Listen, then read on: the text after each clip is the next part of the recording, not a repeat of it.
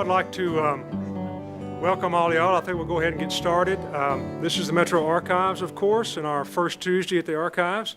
We've been doing it for a while now, and most of you know about it. So every first Tuesday at Metro Nashville Archives from 2:30 to 3:30, we'll have a speaker come and talk to us about some sort of topic related to Nashville or Tennessee history or something like that.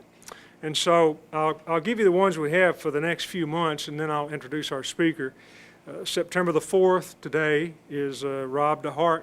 He will be talking about surviving behind the lines, Civil War medicine in Tennessee. October the 2nd, we'll have Dr. Frank Jones coming. He will be portraying President James Madison.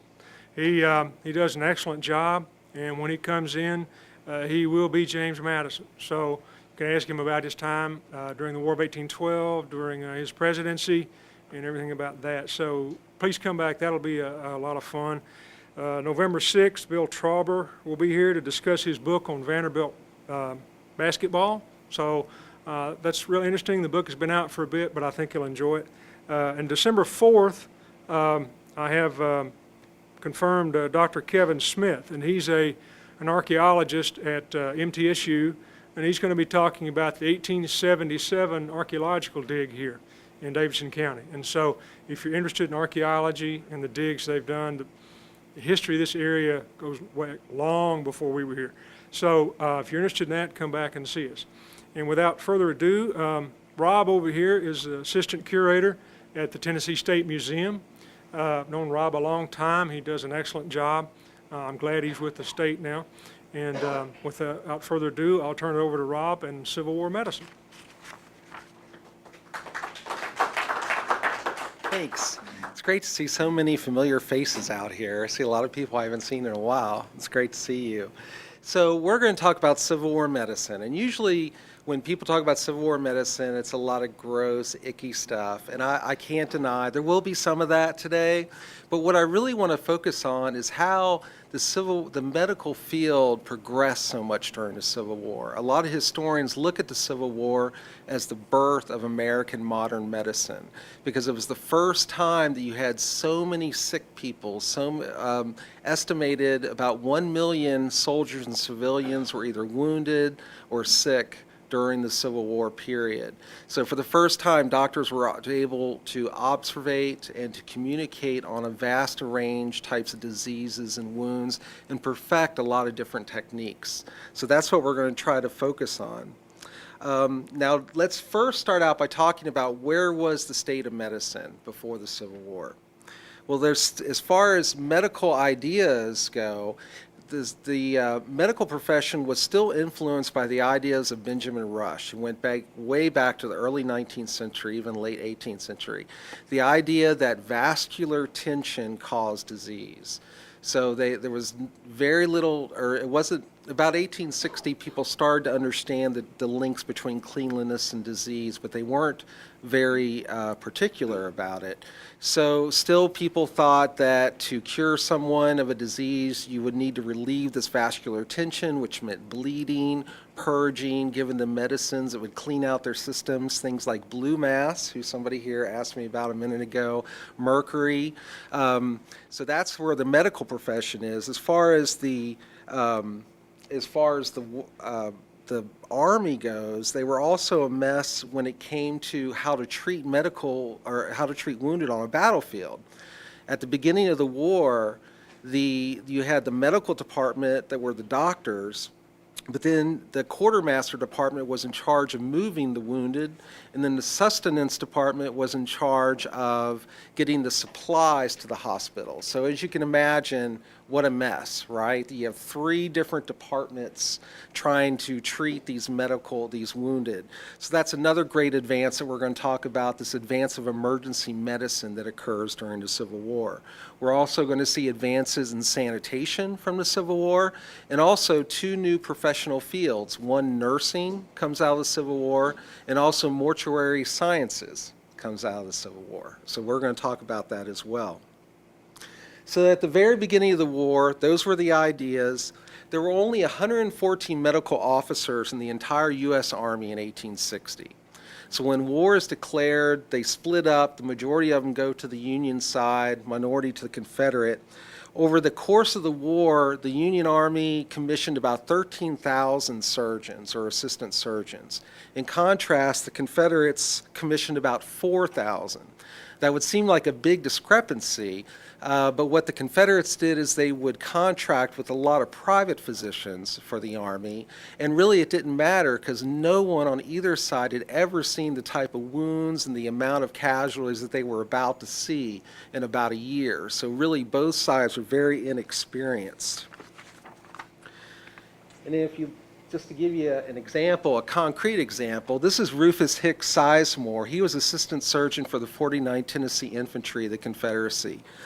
Sizemore, an assistant surgeon and a surgeon, the differences were very slight. But this is a copy of his dissertation from the University of Nashville from 1857. You can see his dissertation is on pneumonia. It's about 37 pages, handwritten, and about 3/4 of it deals with how to recognize the disease of pneumonia. That's what about its different types. And only about 1/4 of it deals with its treatment, which was basically bleeding, purging, those types of things we talked about. So that's basically, if you look at these dissertations, you can really see where the medical field is at the beginning of this war and how unprepared they were for what they were about to see.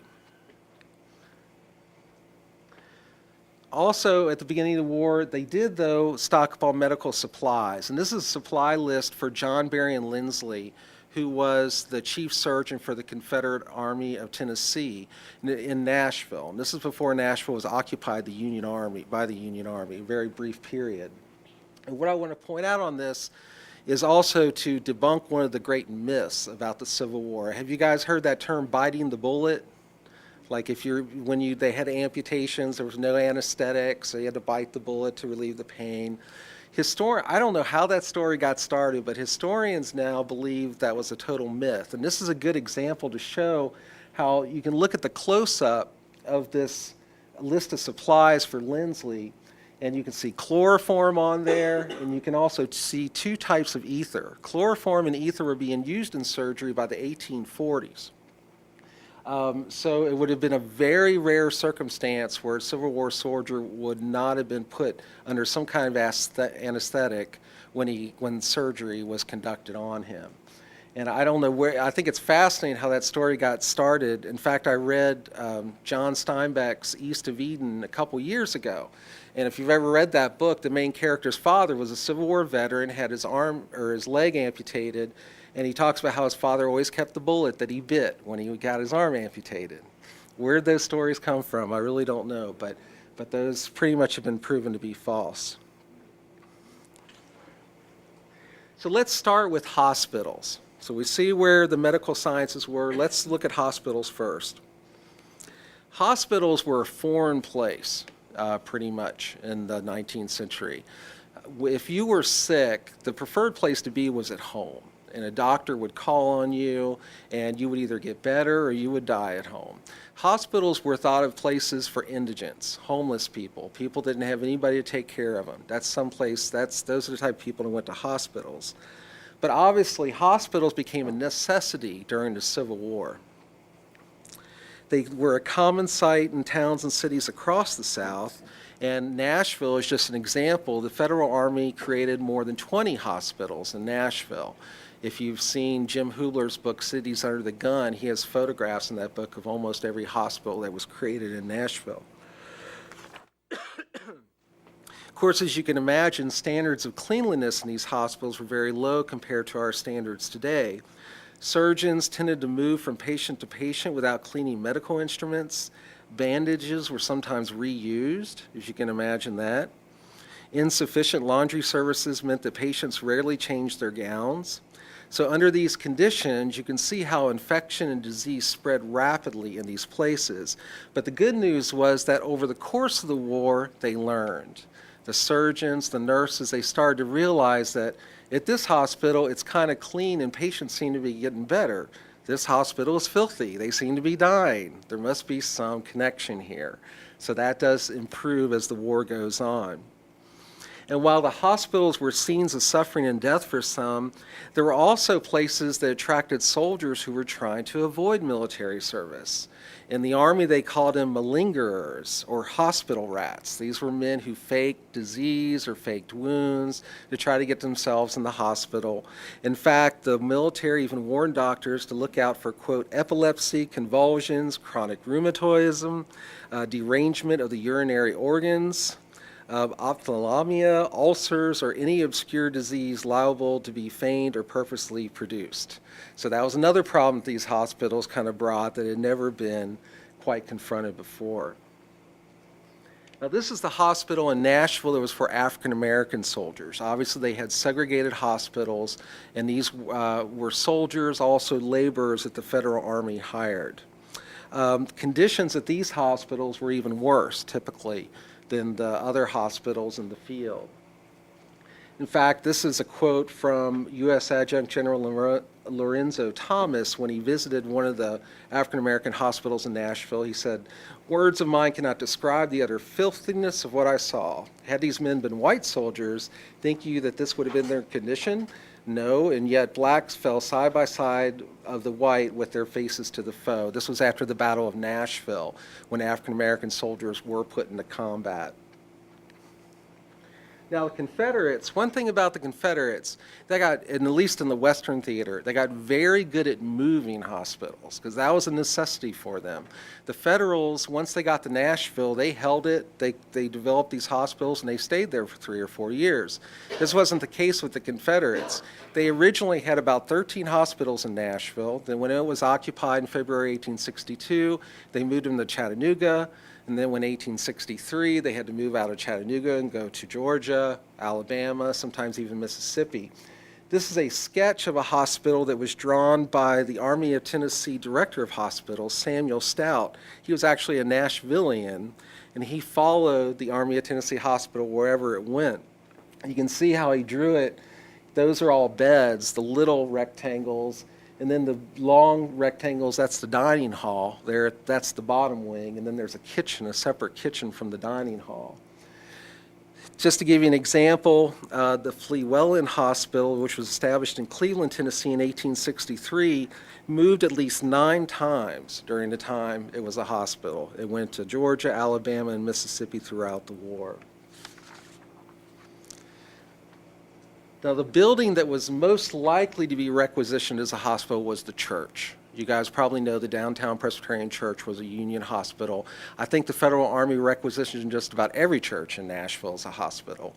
They also, in rural communities, they took churches. There's so many rural communities I've been to in Middle Tennessee where they go, there's our old 1850s church. It was a hospital during the war. It's a very common thing. This is the Charlotte Cumberland Presbyterian Church in Charlotte, Tennessee in Dixon County, and it was built in the 1850s. It was used as a hospital by the Federal Army.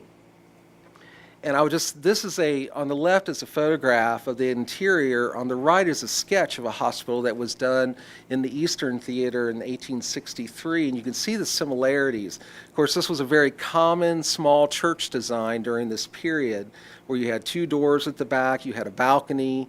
Of course, the balcony in the Charlotte church has been filled in since the 1850s.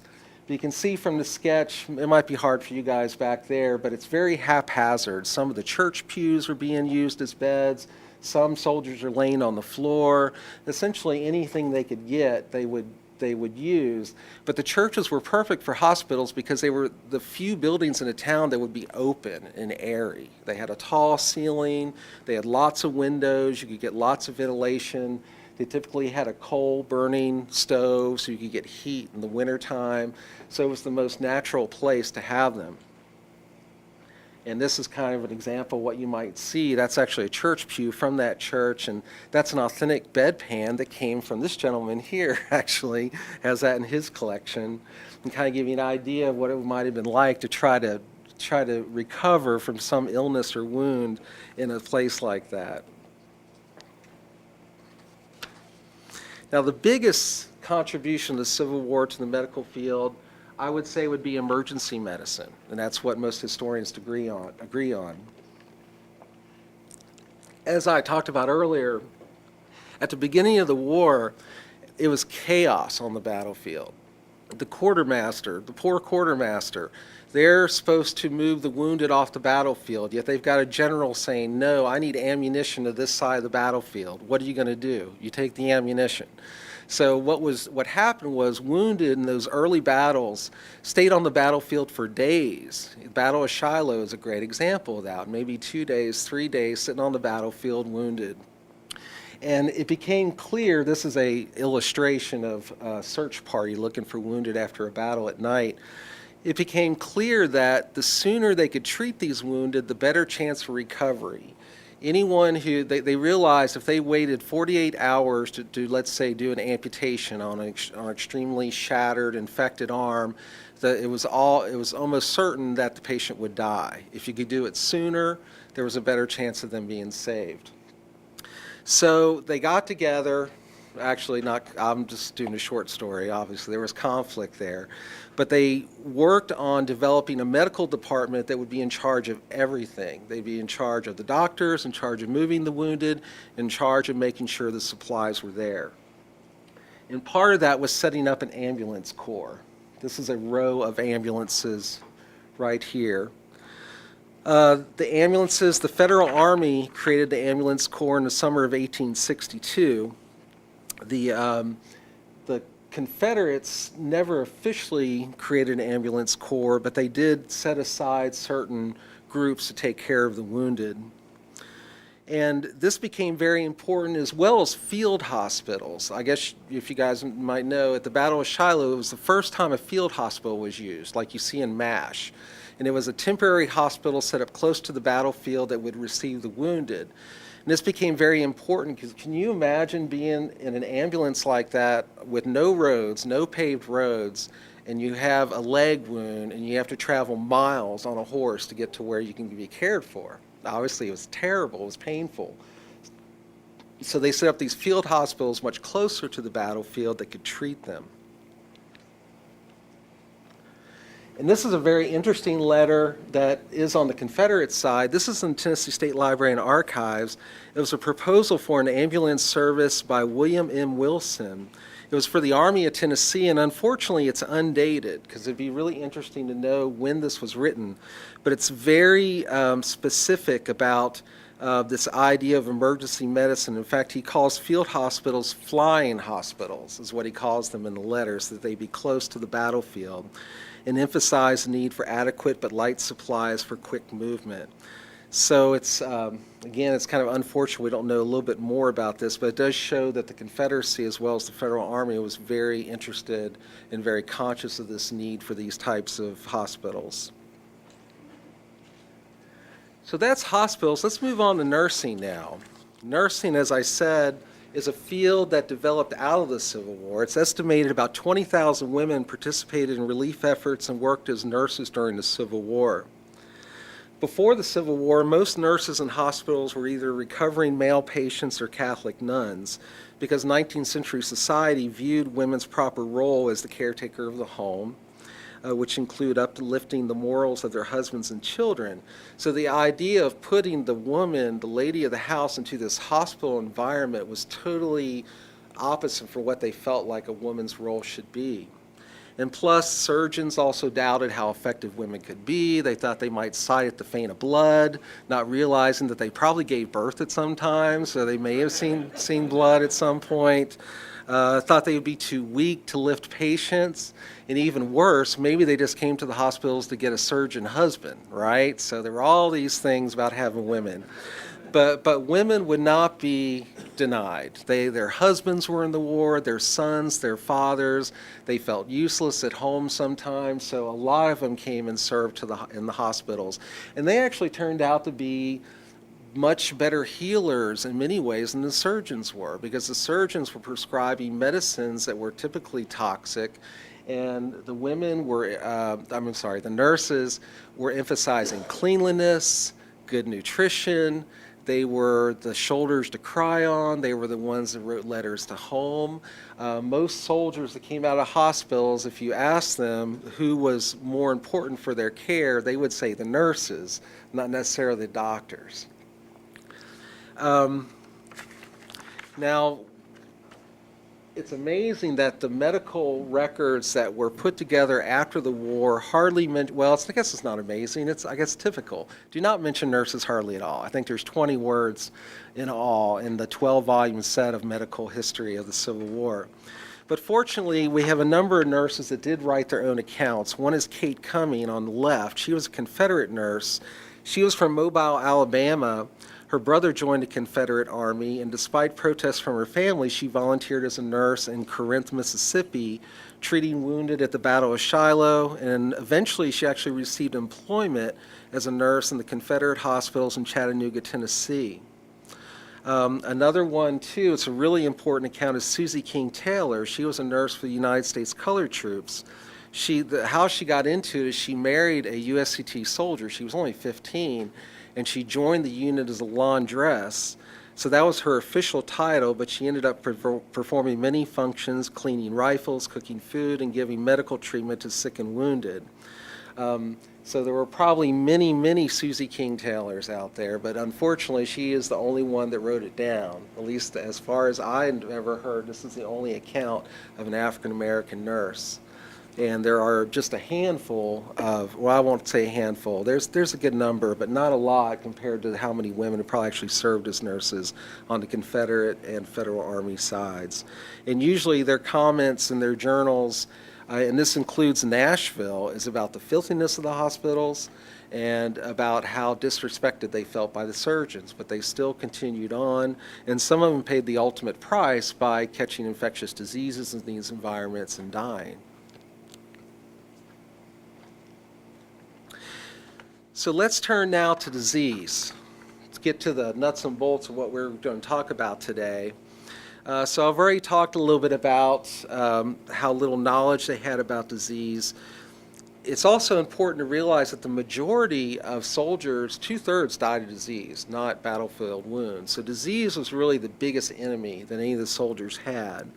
And the main reason was because the camps, at least at the beginning of the war, they would use the same water source for cooking, laundry, livestock, drinking, bathing, going to the bathroom. So intestinal diseases like diarrhea were probably the most common complaints. Those were also called the flux, or the Tennessee quick step was another name for them. As many as 40 to 50% of a regiment could be sick at any one time. This is a medical report for the 11th Tennessee Infantry, CSA, at Camp Cheatham for July 1861. In it, for the month of July, there were 162 out of 880 soldiers reported sick, 15 died, and 2 were discharged. The prevailing deadly disease was measles. Measles frequently led to pneumonia and resulted in a mortality rate of about 15% of those infected. And this especially became true because so many of these soldiers were from rural areas, had very little exposure to many infectious diseases, and suddenly they were put in these camps with hundreds of men having all this contact. And probably what's most telling is the poor surgeon for the 11th Tennessee, J.M. Larkins, writing this report. He just, I know you can't see from there, but he just writes on the bottom, "We have but little to say relative to causes of sickness." They just have no idea why these guys are getting so sick. But as I said, they learn. By the end of the war, there are regulations when you set up a camp that this is where your latrine is, this is where you cook, the livestock has to go to bathroom out here. They get that stuff all separated out as the war goes on, so that disease doesn't become as important. And let me just emphasize that they had not, at this time, identified the bacteria that cause disease or the viruses, but they were understanding the connections between cleanliness and disease. The greatest cause of death in hospitals was gangrene. And this is a photograph of the right leg of Sergeant Alex M. Dade of the 34th Alabama Infantry. This was taken in Nashville in 1861 at Federal Hospital No. 1. And as you can see, he had this wound that developed gangrene. The notation on the photograph states that the wound was treated with bromine on December 26th, but the patient's outcome is unclear. And that was another, hospital gangrene was a huge problem in the beginning of the war. It was not much of a problem by the end of the war. they started experimenting with different types of substances to put on wounds. One of them was bromine. They didn't quite understand that its antiseptic qualities was what was helping the patients get better, but nonetheless they did.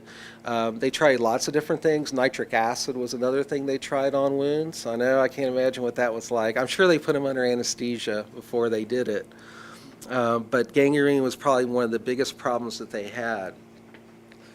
African American soldiers died at a much higher rate than white soldiers. 18.5% of African American soldiers died during the war, compared with 13.5% of all white soldiers. Why was this? Well, there were a couple different reasons. One is the racial and medical theory of the time suggested that biology in African Americans was different than in whites. So all the doctors were white, and some of them had a very difficult time trying to understand how to approach a sick African American soldier or laborer. Also, African Americans were often put in the worst climates. There was a belief that their African ancestry would allow them to be immune to diseases like malaria, which wasn't true at all. It might have been true for a native African, but remember, these guys, they're maybe 4 or 5 generations removed from Africa by now, so they really have the same type of immunities that the white soldiers do. So those are probably the two main reasons. The medical care they received was not quite as good as in other hospitals for white soldiers, and also they were put in sometimes harsher climates than their counterparts. But not only that, if you heard Jim Hubler's talk, he may have talked about this, the war created a health crisis with civilians too, especially in places like Nashville.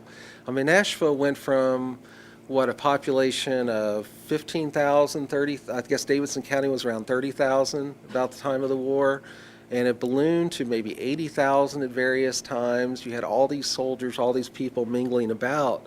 So you had there was a very meager sanitation system in Nashville. It could not handle the amounts of garbage accumulated in the streets, so dogs, cats, and rats overran the city, as did diseases like malaria, typhoid, smallpox, and dysentery. So civilians were not immune to all this stuff that's going on with the soldiers. One of the more odd stories from the Civil War in Nashville dealing with public sanitation had to deal with the rise of prostitution and venereal disease. It became a huge problem in Nashville, to the point where the Federal Army first tried to ship the women out of Nashville on a steamboat, actually. They were rejected in Louisville and Cincinnati. They ended up back in Nashville. So the Federal Army did a very practical thing. They decided to license and legalize prostitution. A prostitute, as long as she had a medical exam and was found disease-free, she could pay $1 for a license and avoid prison. So during the war, the military licensed 393 prostitutes in Nashville. And Jim Hubler believes this is actually a photograph of the prostitutes here in this laundry line. She thinks this is part of, there was one venereal disease hospital in Nashville just for the prostitutes, and he believes that's what this is a photograph of, actually. That's why I have that up there. So during the war, 207 women were treated for venereal disease in the city's VD hospitals. The Army recorded that 2,330 men received treatment for venereal disease in Nashville, and they were in a separate hospital as well. So now let's talk about surgery. Obviously, amputation, that's what you always hear about the Civil War. It was the prescribed treatment for any kind of war wound where there was a lot of destruction of tissue or bone. And mainly this is from the type of weaponry that was being used. The Manet ball, did I say that right? Is that right? Manet ball? I always have trouble with that. The Manet ball, that the rifles used, it was conical in shape. It had a lot bigger velocity, higher velocity than the common musket ball. So when it hit someone in a leg or an arm, it just shattered the bone. The musket ball might fracture it, break it, but this wasn't the case with the Manet ball. So often if someone was shot in an extremity, the only prescribed thing to do was just to amputate that extremity off, otherwise infection would set in the wound and spread out through the body, resulting in death.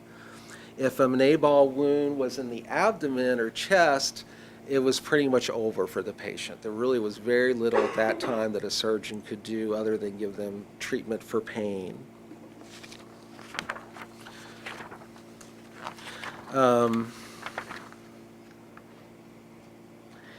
So this was a very common picture that you would see during the Civil War. The man on the left, his name was Samuel Decker. He was with the 4th U.S. Artillery, had both arms amputated after sustaining wounds at the Battle of Perryville in Kentucky in 1862. Now, the process for amputation was very quick because their experience with anesthesia was not, well, I won't say their experience, but the anesthesia at the time was very risky. So when they put someone under with ether or chloroform, they tried to do the surgery in about 5 minutes. So it was very quick. They put them under, sawed it off, tied it up, and then brought them back. The man on the right, this is actually one of the surgical procedures called a resection that was done on his arm. That was an invention out of the Civil War. What the doctors tried to do was take out the piece of bone that was shattered, connect the rest of the tissue, so that they would lose partial use of their arm, but they wouldn't lose their entire arm. And I think that says Confederate photo, I think, and I have a feeling that was probably taken in one of the Nashville hospitals, but that soldier, as far as I know, has never been identified. And let me give you some more specific examples. These are specimens that came from the National Museum of Health and Medicine in Washington. And the thing about the Civil War, they saved specimens because they were trying to learn about how to fix battle wounds. This bone, it's a humerus bone. This is the bone that goes from the elbow to the shoulder. And this belonged to a Private K. Winning, who was he was 38 years old. He was with the 125th Ohio Infantry. He was shot at the Battle of Resaca in Georgia, May 14, 1864.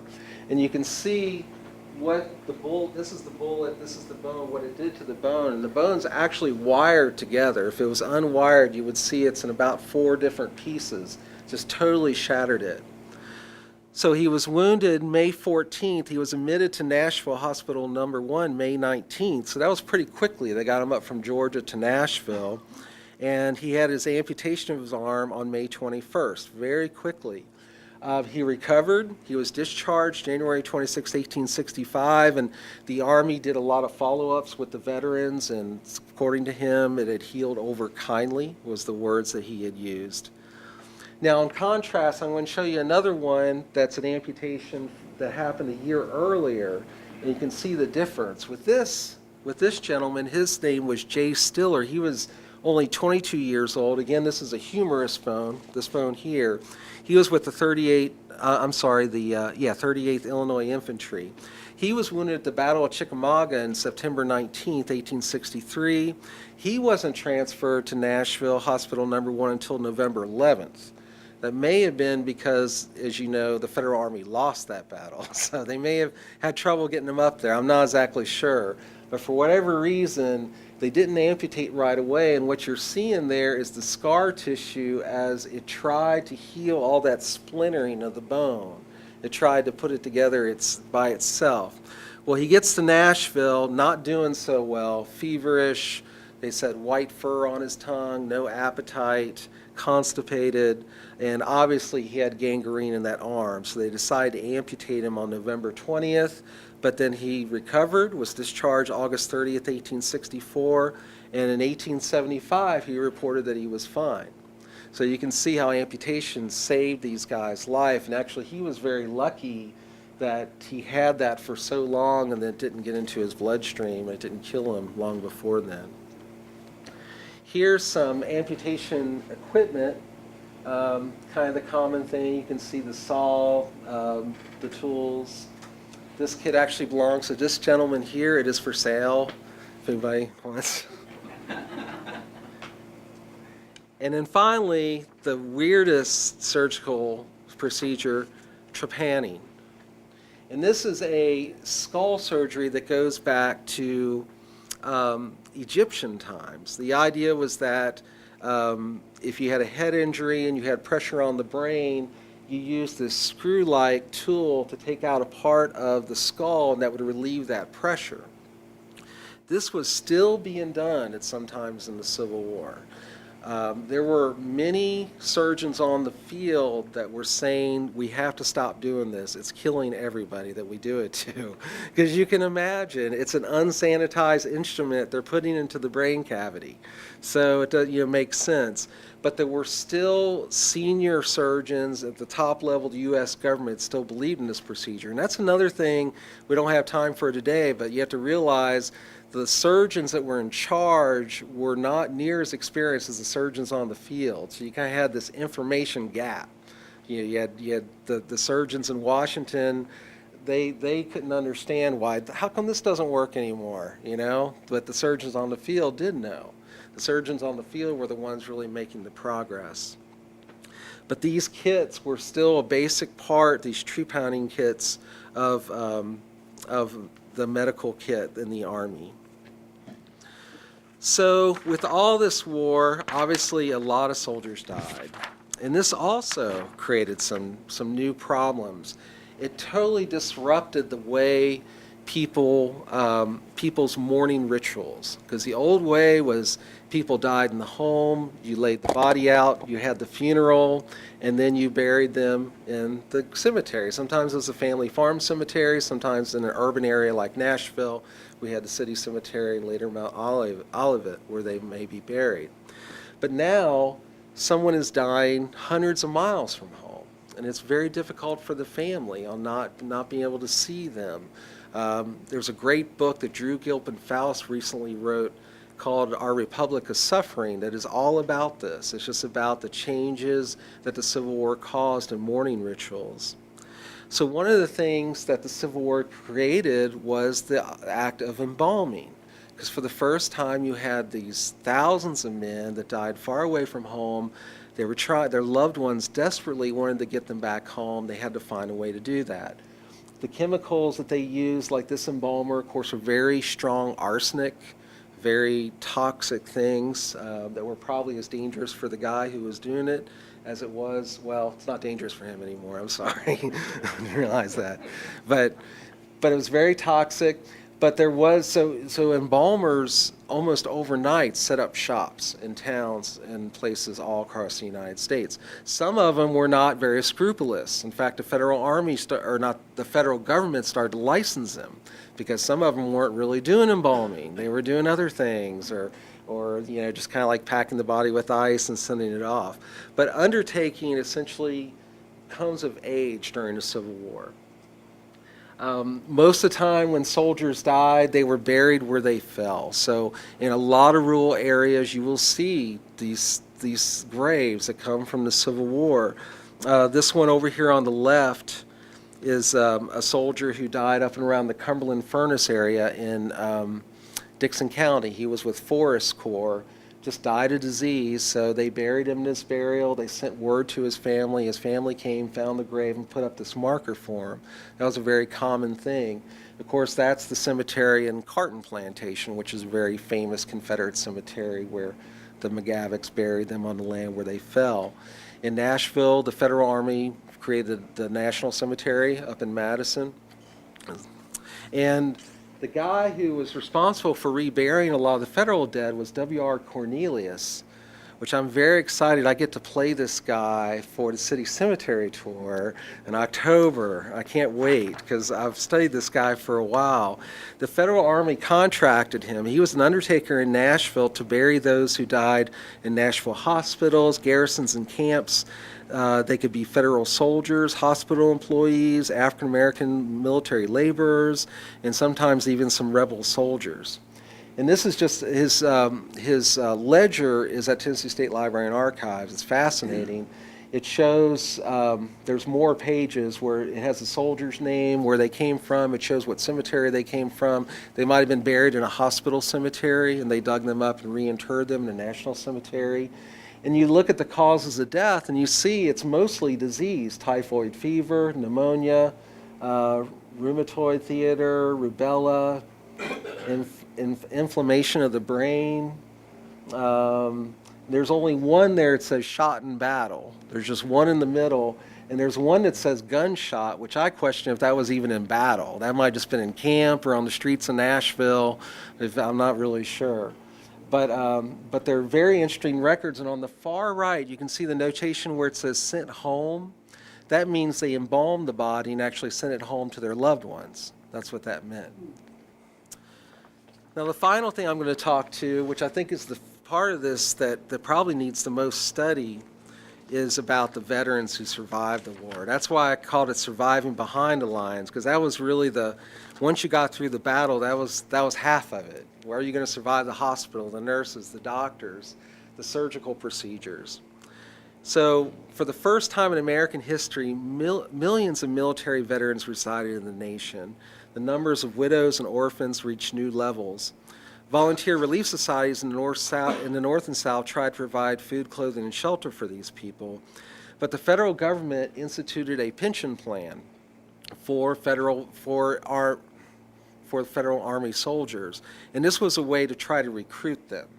And this, by the way, when we talk about big government, this is when it began, actually, is with this pension program. That's when the government of the United States expanded unbelievably beyond anyone's imaginations. It started out that they were just going to give pensions to disabled soldiers and widows, but by the end of the 19th century, it became a political issue. So by then, the government expanded benefits to cover all federal Army veterans, and this included providing housing and medical care for impoverished veterans. One of the really interesting places, and I know this is in East Tennessee, it's not Middle Tennessee, but it's a fascinating place to go, is the Mountain Branch of the National Home for Disabled Volunteer Soldiers. It's that building, which opened in Johnson City in 1903. This, obviously, East Tennessee was a Unionist stronghold, so when they built their veteran hospital home, it was for Union veterans primarily. It could house up to 2,500 men. The grounds included a zoo, 2 large lakes, and a baseball field. After World War II, soldiers' homes like this began moving toward providing short-term medical care for veterans rather than full-time housing.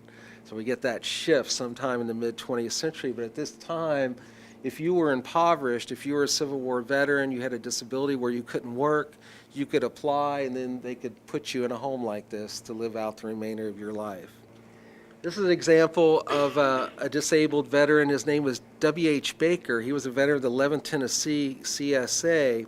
He was from Sumner County, and he was at the Battle of Jonesboro in Georgia in 1864 when a bullet passed through his right index finger and entered his right arm. If you look closely on his right hand, you can see he's missing a finger, and he couldn't really use that right arm for the rest of his life. So he didn't have to get it amputated, but he could not farm anymore. So you have all these stories of these people that had these livelihoods before the war that could not have these livelihoods after the war. He ended up being a school teacher and was able to manage an income doing that. Well, the federal pension program excluded guys like this, as you guys probably know. If you were a rebel soldier, you were out of luck as far as the federal pension program. So southern states began instituting their own pension programs. By 1889, the Tennessee General Assembly established a home for Confederate soldiers on property obtained from the family of President Andrew Jackson near the Hermitage. The cemetery for this old soldiers' home is still there, so is the church. The home itself, the building, is no longer there. In 41 years of occupation, the soldiers' home housed more than 700 veterans. The state provided an annual appropriation, and employees of the home farmed land to help pay expenses. And this is a photograph of the interior. And this is the records for the veterans' home do exist at the Library and Archives. There are files on most of the soldiers that were there. They're kind of incomplete. They don't give a whole lot of information, but this was one that I picked out. I thought it was funny. Well, I shouldn't say it was funny, but it was a letter from the veterans' home. It was a soldier or veteran apologizing to all his inmates because he had gotten a fight in the dining hall with another inmate. And I just look at these guys thinking of them fighting in the dining hall, and I can't quite get it, but I guess, there was still a lot of war fever at that time. But I think this is very interesting. I think hopefully we will learn more about these people. I know in the North there are some places that are starting to open the psychiatric records for some of these homes, because that is something that's not really been talked about. You have to think about the stress, the post-traumatic syndrome that these guys suffered from, that they didn't know what to call it then. But because of privacy reasons, obviously those records are usually sealed, but it's been long enough now, they're starting to open them in some places. And I think probably when we talk about the medical field and what happened to these soldiers, that's something we're going to be looking at hopefully in the future pretty soon.